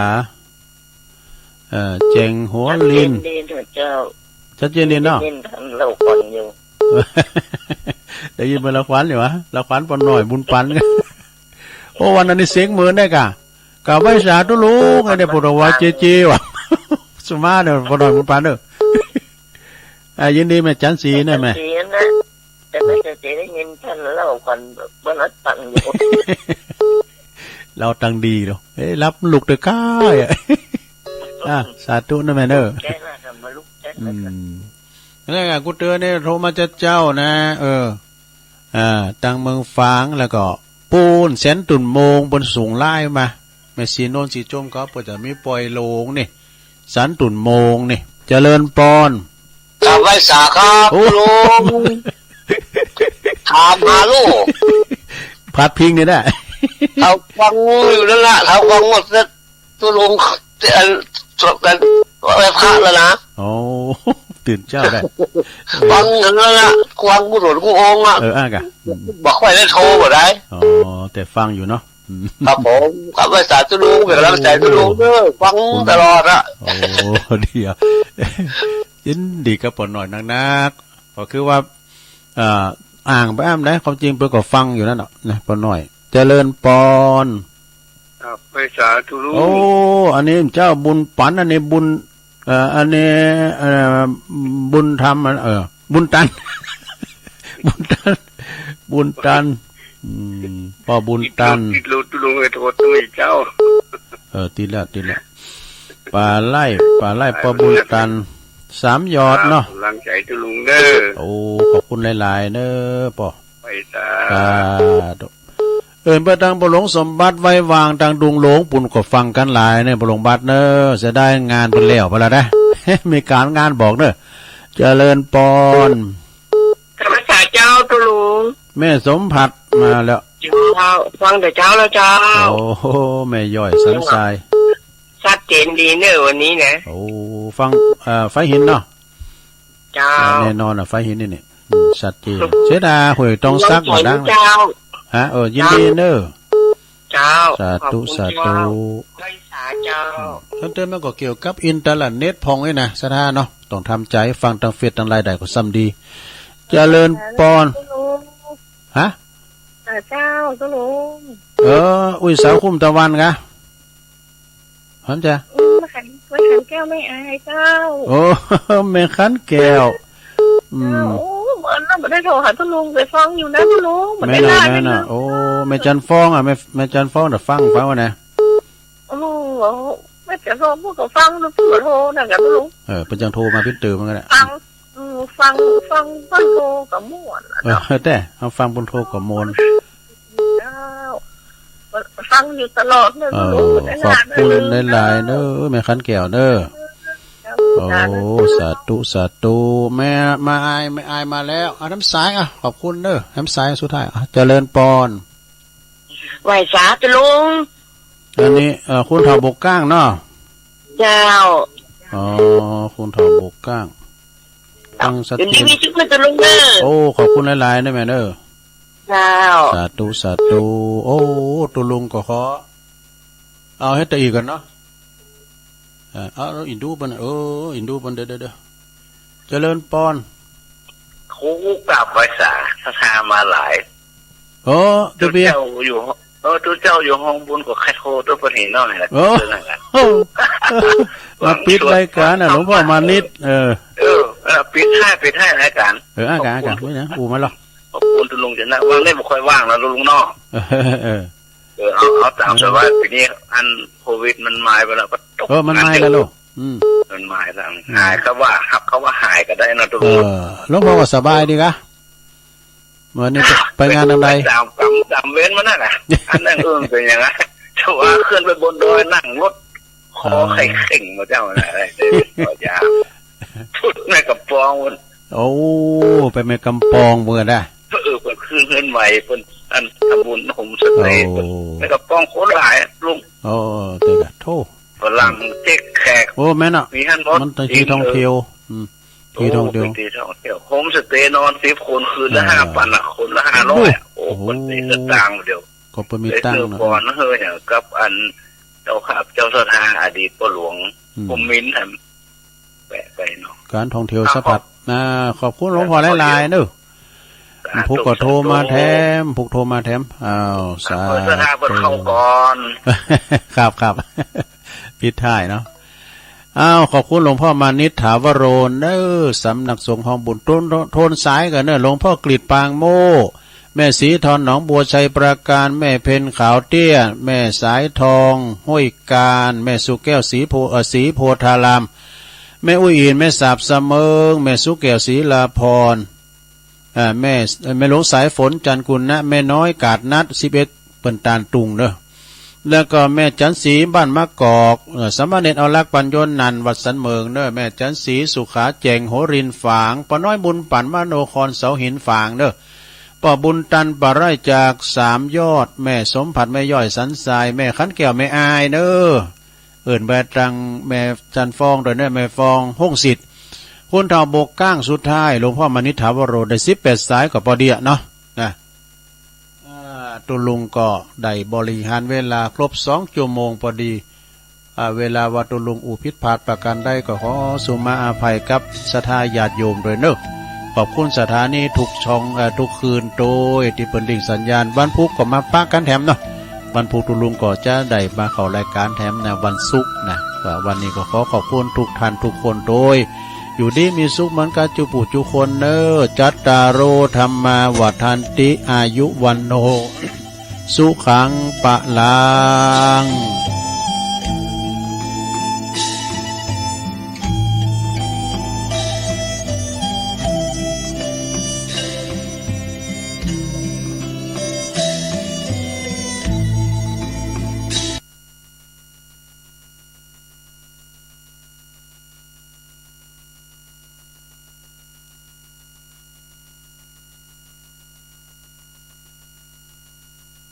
มันตรงกับจริตที่ท่านพระเมขียะท่านจิตน้อมไปตามพระธรรมเทศนาจิตก็ไม่ยึดถือจิตก็หลุดพ้นจากอาสวะกิเลสสำเร็จเป็นพระอรหันต์ในขณะที่แสดงธรรมนั่นแหละเขาเรียกว่าอุคติตัญญูเหมือนบุคคลผู้รู้พลันพระพุทธเจ้าแสดงพุทธพจน์บทบาลีจบบรรลุธรรมถ้าไม่บรรลุธรรมไวแท้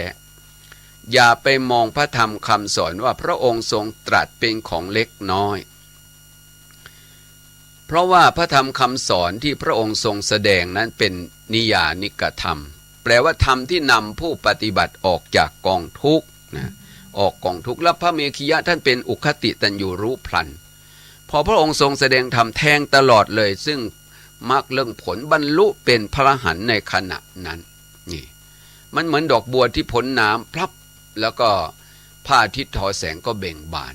เพราะอานุภาพของพระธรรมท่านอุปมาไว้4อย่างเหมือนเปิดของที่คว่ำหงายของที่ปิดเปิดจุดประทีปในที่มืดให้บุคคลผู้มีตาได้มองเห็นชี้ทางแก่คนหลงทางนี่อานุภาพของพระธรรมเพราะฉะนั้นญาติโยมสาธุชนทั้งหลาย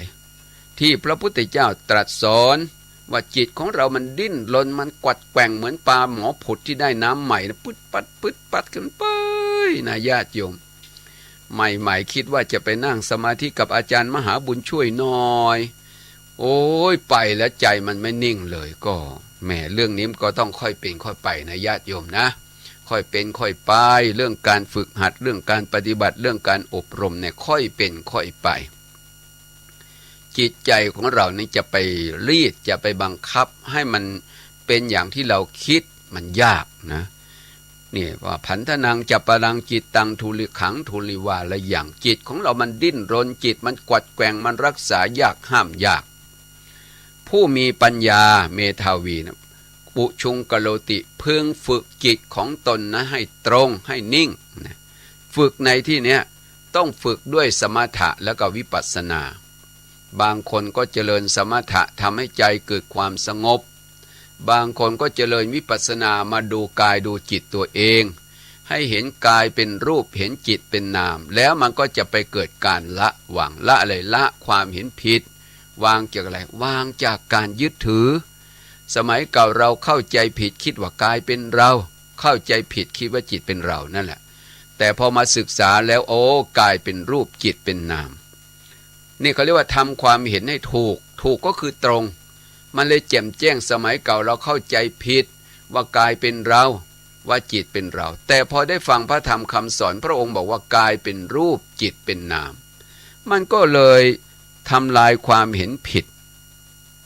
เหมือนกับชาวประมงที่เขาไปตกเบ็ดมันถูกเหยื่อชาวประมงก็ยกปลานั้นขึ้นบนบก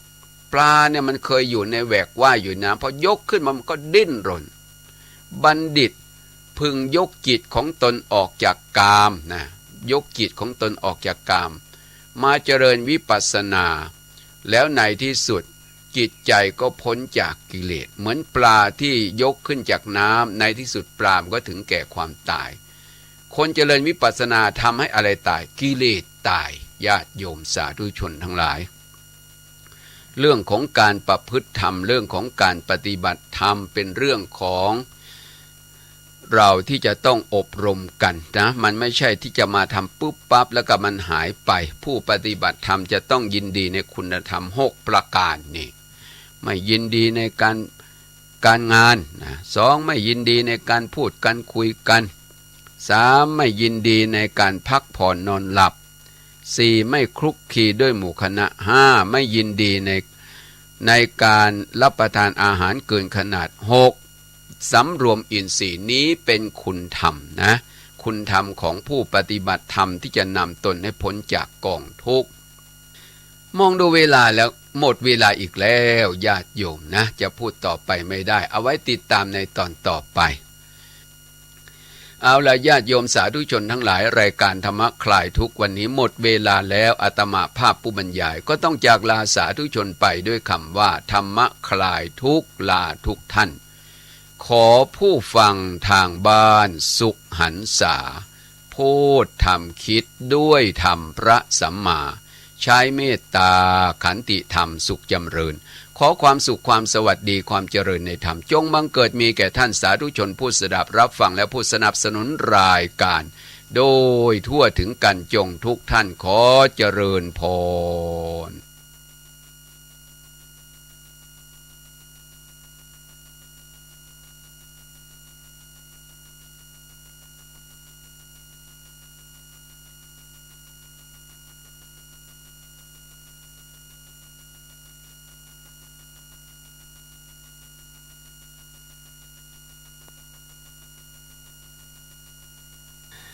เวลาไม่ได้ทำให้คนเสียคนแต่คนต่างหากทำให้เสียเวลาเหล้าไม่ได้ทำให้คนเมาแต่คนต่างหากเมาเหล้าสัตว์ไม่ได้โหดร้ายกว่าคนแต่คนต่างหากโหดร้ายกว่าสัตว์